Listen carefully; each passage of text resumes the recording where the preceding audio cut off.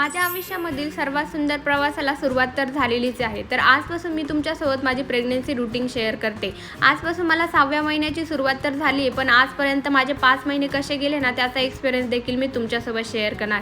कारण सगळ्यांची प्रेग्नन्सी ही वेगवेगळी असते, तशीच माझी देखील खूप वेगळी होती. मला पहिले 3 महिने खूप जास्त त्रास झाला, पण त्यानंतर हळूहळू कमी देखील होत गेला. आणि फर्स्ट प्रेग्नन्सी होती ना, मला कोणत्याच गोष्टीचा अनुभव नव्हता. तसंच मला फर्स्ट प्रेग्नन्सीमध्ये हे देखील माहीत नव्हतं कोणते अल्ट्रासाऊंड असतात, किती वीक्सला असतात, कोणती डाएट फॉलो करावी लागते, कोणत्या टॅब्लेट्स घ्यावं लागतात, कशी एक्सरसाइज करावी लागते, याचा देखील अनुभव नव्हता. पण माझ्या प्रेग्नन्सी रूटीनमध्ये तुम्ही हेच बघणार आहात की आजपर्यंत माझ्यासोबत काय काय घडलं आणि कसं कसं घडलं.